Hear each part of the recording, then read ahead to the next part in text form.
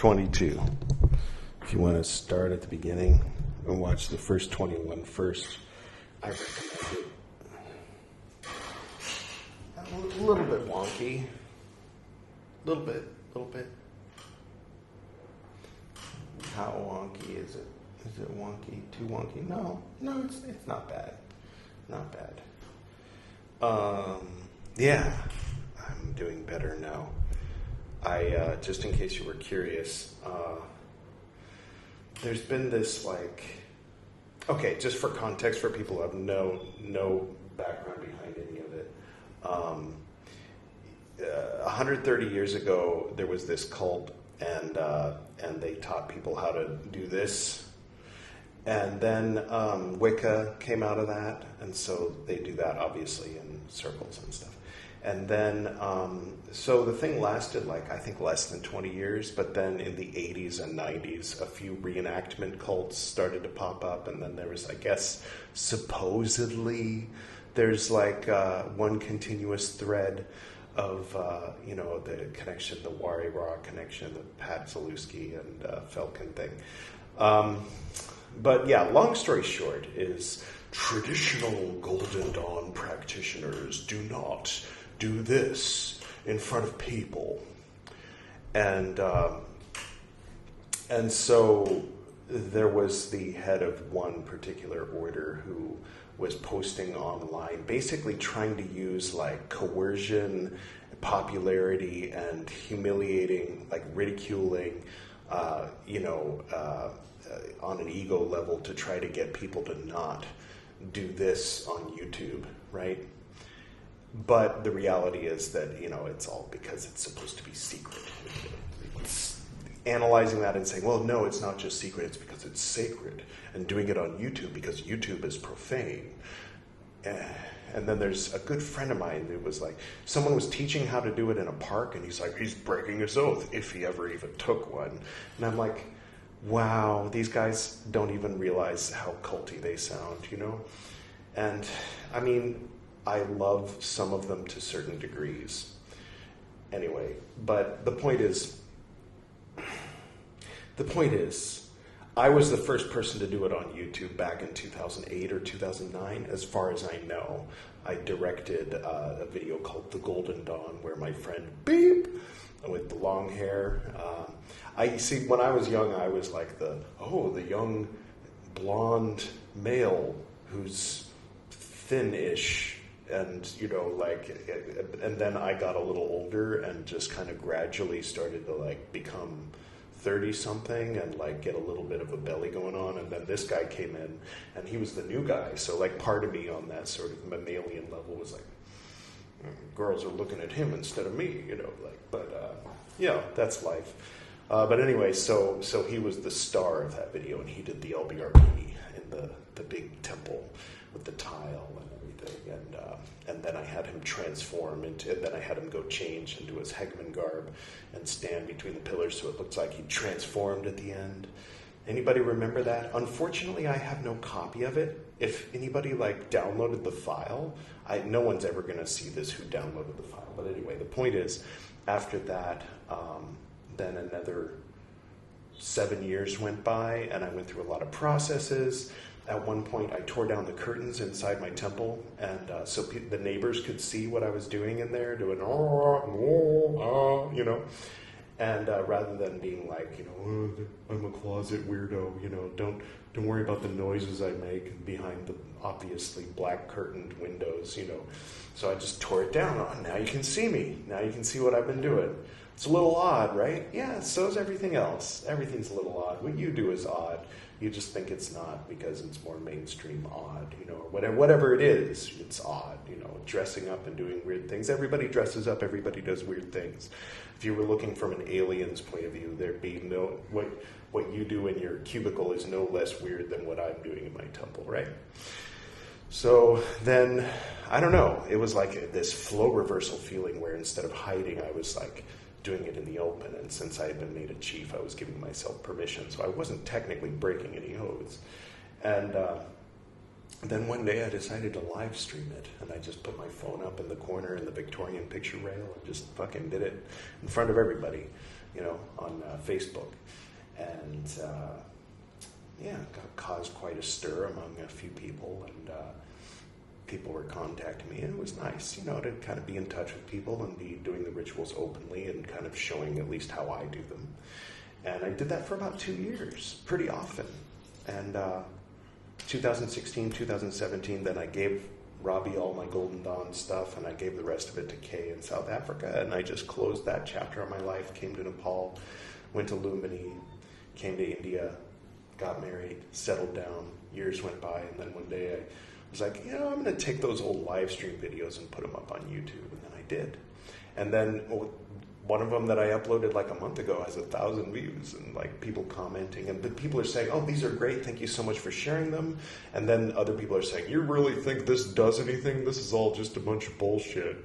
And it's like, yeah, that's to be expected. But the ones that were rubbing me the wrong way were saying, why do you feel it's appropriate to share this publicly? And it's like, okay, between hearing people on Facebook, my friend John, and the head of this order in Canada, and all this stuff, I can tell there's this movement within orders to like make things more secret and to like make the cult more culty, And so yeah, don't do your pentagram rituals on YouTube was the latest thing, and I unfollowed her. She's an old friend. I mean, kind of. I interviewed her once on Esoteric Nerd, and sort of. It was her and her ex, but anyway. So yeah, I took that kind of personally, and it kind of brought me down for a couple days, like being kind of the main, I mean, in my mind, other people are doing it, but I was, again, the first person to do it, and definitely was doing it very openly, and to have, don't do these specific rituals on YouTube, when I have a whole channel with like 45 different times that I did the full set of rituals on YouTube. I felt kind of targeted. It kind of brought me down. I'm like, I talked to Piyu about it, and it's like, yeah, this is an old chapter of my life. These rituals I did 6 years ago, and it's just, I don't know. And I disagree with the premise behind telling people not to do them on YouTube. Philosophically, ideologically, I disagree with the premise of the cultiness of the age of Pisces. And I'm definitely on board with opening things up, and I'm not the only one, by the way. The Dalai Lama wants to open up a lot of the secret Vajrayana stuff, right? Ian Baker talks a lot about that. And, there's people that want to keep it closed, keep things closed on whether it be Eastern or Western, and I think they're wrong. They can do their thing. Amish are free to be Amish. Theravadins are free to, pretend the Mahayana scriptures don't exist. People are free to create societies like Civil War reenactment or whatever, and live in Renaissance fair, whatever. Like live in a time period where things make sense within that cult, within that community. But when they're like using like Edward Bernaysian propaganda techniques, knowingly or unknowingly, to try to enforce the rules of their group on the people outside the group and shame the people who don't live according to the group, that's when I have a problem with it. But I don't have enough of a problem with it to like actually reply or actually like write a post about it where people will see it. So I'm talking to you about it instead. And so that's what was bugging me. You might have noticed I was a little bit low energy in the previous one. And then at the end, I was like making reference to all that stuff. Now you know the behind the scenes stuff. Because what happened after that was when I was putting the thumbnail together, just for shits and giggles, I searched for Carl Jung cult. And I found, there's a book, and I'm sure, I can see the perspective, and I have a bit of a looser definition of cult. It's not bad. It's, but it can be less bad than Charles Manson, for example, Father Yoda and the Source Family. Less bad, definitely, maybe even almost good.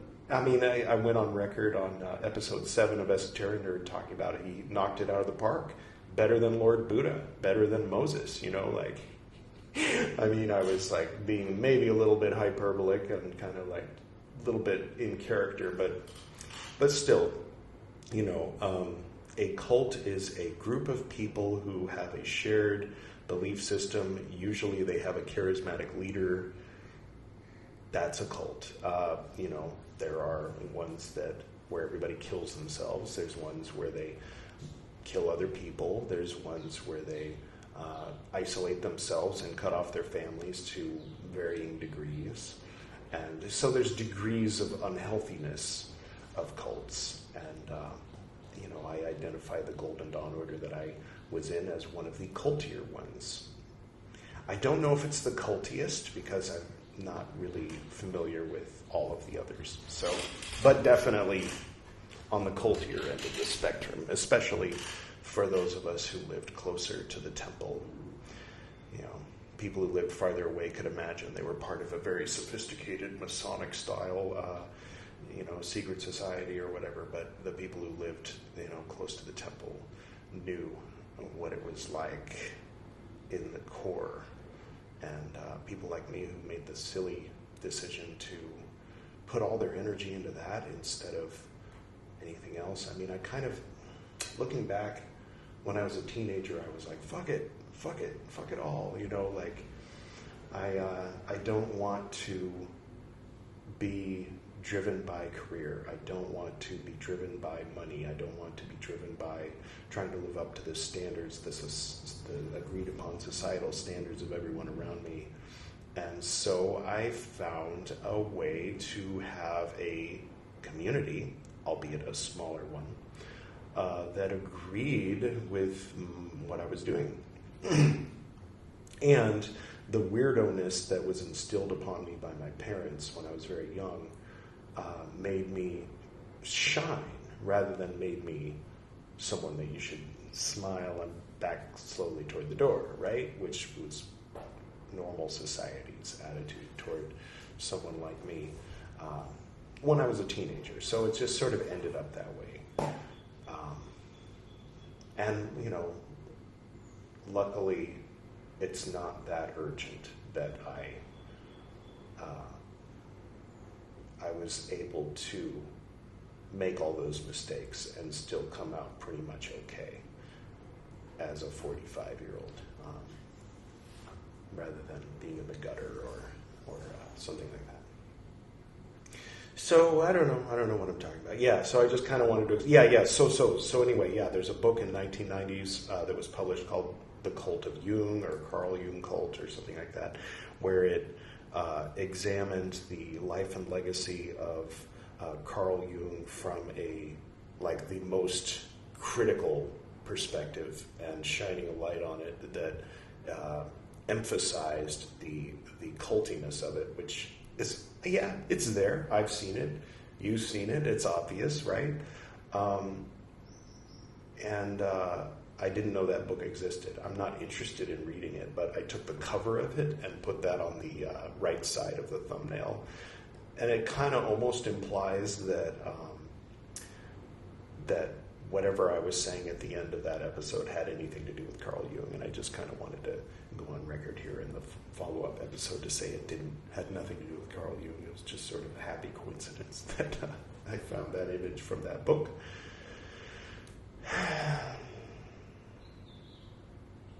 I'm not going to go all the way to say cults are bad and K, but they usually are.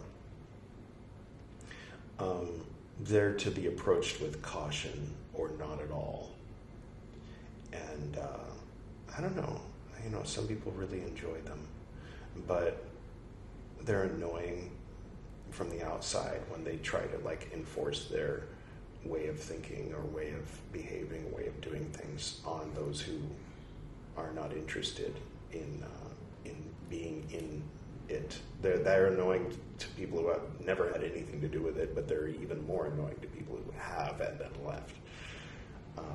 See, for example, genetically modified skeptic, who was, I believe, like evangelical type hardcore Christian as a teenager, and now he's made his career off of being an atheist and debunking and criticizing and talking all kinds of crap about religion.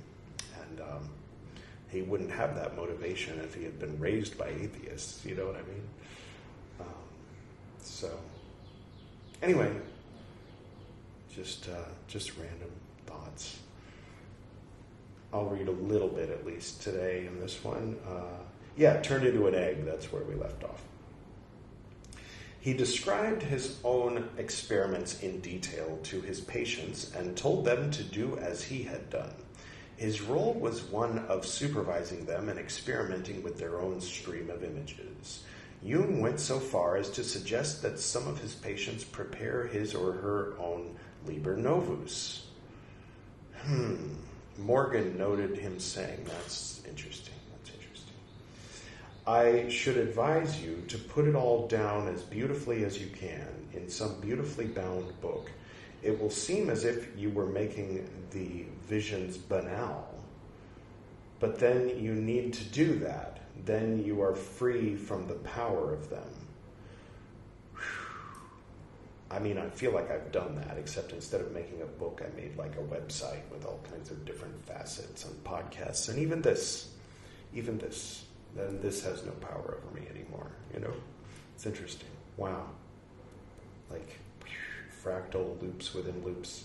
One time, I had a little model of, it looked like my house, similar-ish. It wasn't exactly like my house, but I had it on the altar in the temple that was in the house. And let me tell you, that's pretty trippy when you're on acid. Okay, where were we? His role was one of supervising, like Beetlejuice a little bit. Never mind. The opening scene, the spider and all that. His role, okay, where were we? I should advise you to put it all, to bear their own, okay, banal. But then you need to do that, then you're free from the power of them. If you do that with these eyes, for instance, they will cease to draw you. You should never try to make the visions come again. Think of it in your imagination and try to paint it.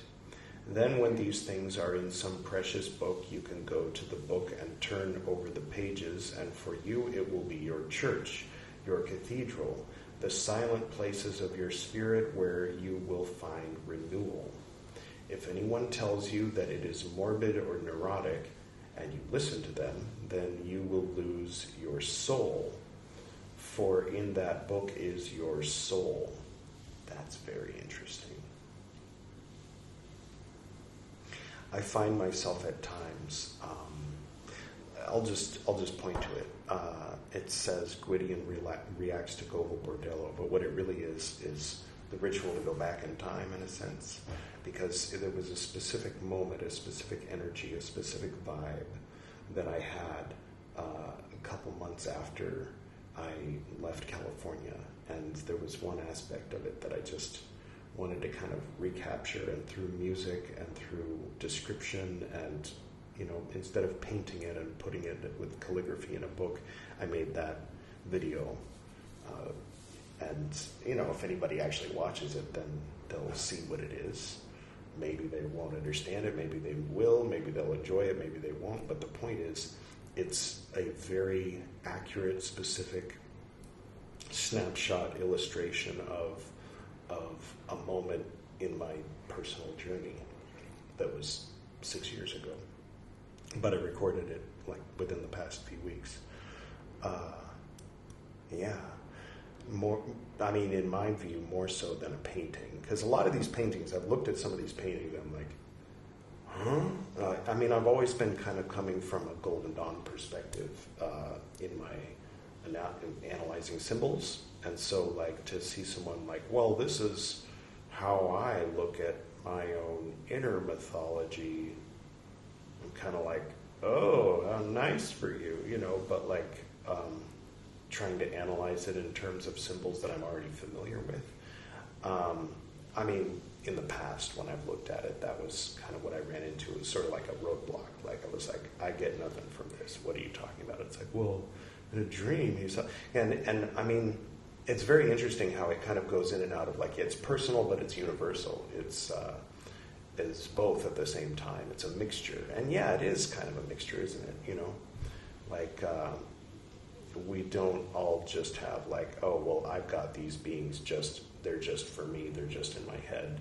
I mean, maybe they are, but they tend to look like or take the form of things that are like, there's a statue of it in Times Square, you know, not Times Square, but in the main village square, like Ganesh or Thoth or Buddha or Jesus or something like that will be the person talking to you, you know, and it's real.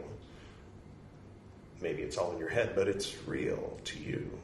And so, hence, if you were to make a painting or a mandala of it, it'd be like, well, this is the point where Jesus enters into Jerusalem on the donkey, and it's like, and it's like, and then my mother-in-law comes in and tells me to brush my teeth or something, and you're like, oh, that didn't happen when Jesus came in on the ass in Jerusalem, but it's, for that person in that moment, it did. And that's what he's talking about, and I kind of get it now. And I've kind of been doing that for years, actually. So I like it. I like it. Other people make YouTube videos for the person watching it, or for, advertising revenue, or for, to fit the formula of, okay, today we're going to do a reaction, and if you want, you can see the full reaction on my Patreon, but you have to put, because of copyright, you got to put your phone next to another phone and play the movie on one phone, and you can see my face reacting and going, performatively going, exaggerating my reaction and go, oh, is that the man who, oh, I think they're going to hook up. Oh, I knew they were going to hook up. And then, on my Patreon at the second tier, you can do that. Otherwise, you watch this edited version where and it's a little blurry, and sometimes I cut out the audio because of copyright laws. So that's like normal accepted YouTube. Whereas what I'm doing is a little different. That's all I'm saying. What I'm doing is more like his description of making your own Liber Novus, new book. It's a new book. See what I'm saying? You know what I'm saying? You know what I'm saying? You know? Yes! Have you seen that? Weird Al and Eminem? It's funny. Okay.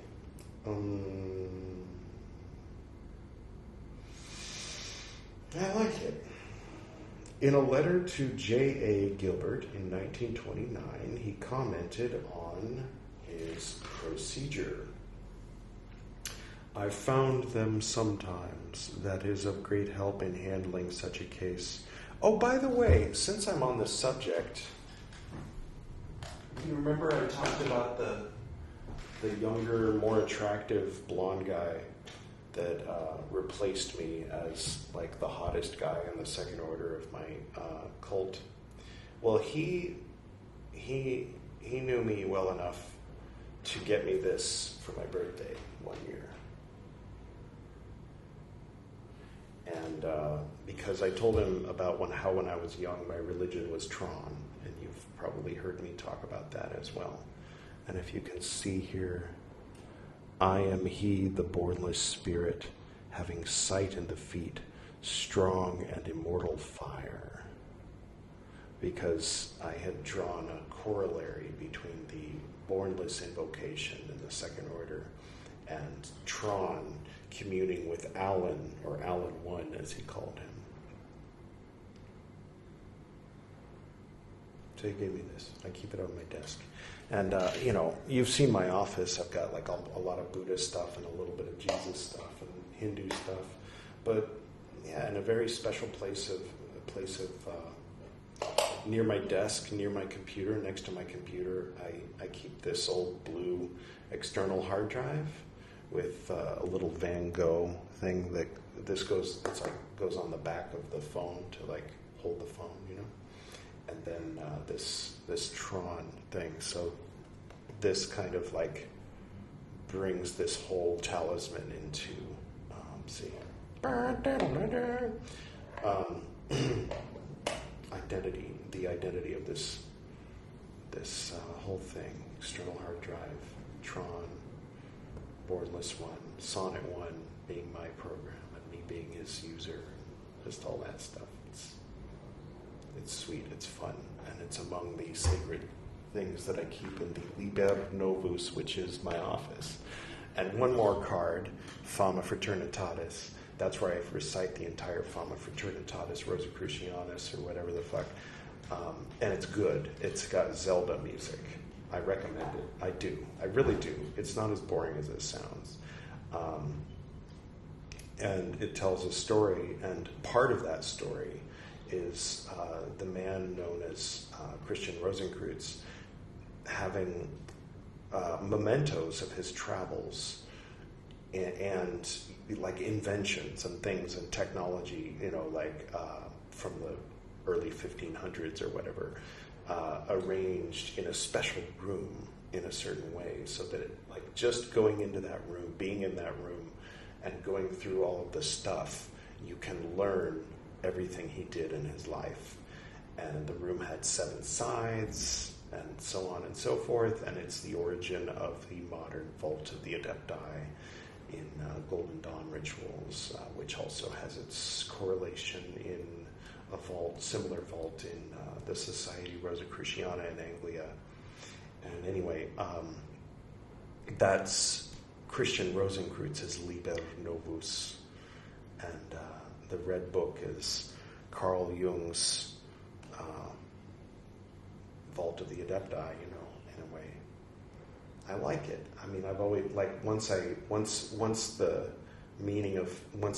put together, actually, after reciting the whole thing, after editing the whole thing, then watching, smoking a little weed and watching and listening to myself recite Fama Fraternitatis with dramatic Zelda music, I realized that this office temple is my that, and it's different from his.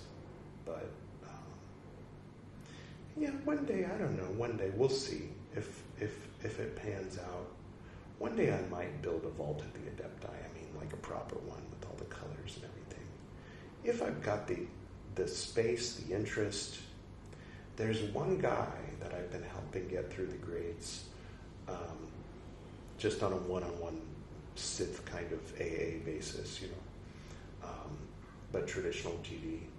And one day it might be nice to actually provide him with a physical 5-6 experience, and it'd be nice to have a Vault of the Adepti of my own.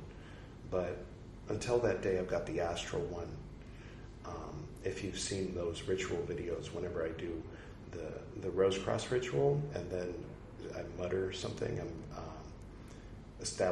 I dedicate this Rose Cross ritual to the establishing of the Vault of the Adepti within this chamber, is one of the things that I always say, because then I do the 7 Diphyrits ritual, which requires a Vault of the Adepti. It's something you're supposed to do inside of a Vault of the Adepti, but you don't have to chant if you're actually inside a Vault of the Adepti, but you do have to chant if you do the version of it that I adapted for those rituals. That part is unique in those rituals, but the rest of it is traditional-ish GD. But to the untrained eye, it's just like, oh, this is all the same. It's the same every time. It's like, yeah, I'm showing you the ritual of the 7 Diphyrits so that somebody can work it out one day. There's something in there that people haven't discovered yet, but people just sort of, it's disguised as the same old, with a little bit of, what's he doing at the end? All right. I don't know how long before I started rambling. I don't know how long before that I hit record. See, I'm seeing 30, 55, 56, 57, but I don't know how long it'll be for you. But at any rate, I didn't do very much reading today. I did a little more talking because that's what I did today. And maybe I'll finish this paragraph. I found sometimes that it is of great help in handling such a case to encourage them to express their particular contents either in the form of writing it or drawing it and painting it, or drawing and painting. There are so many incomprehensible intuitions in such cases, fantasy fragments that rise from the unconscious, for which there is almost no suitable language. I let my patients find their own symbolic expressions, their, quote, mythology, end quote. Yeah, I like it. I like it. So far, so good.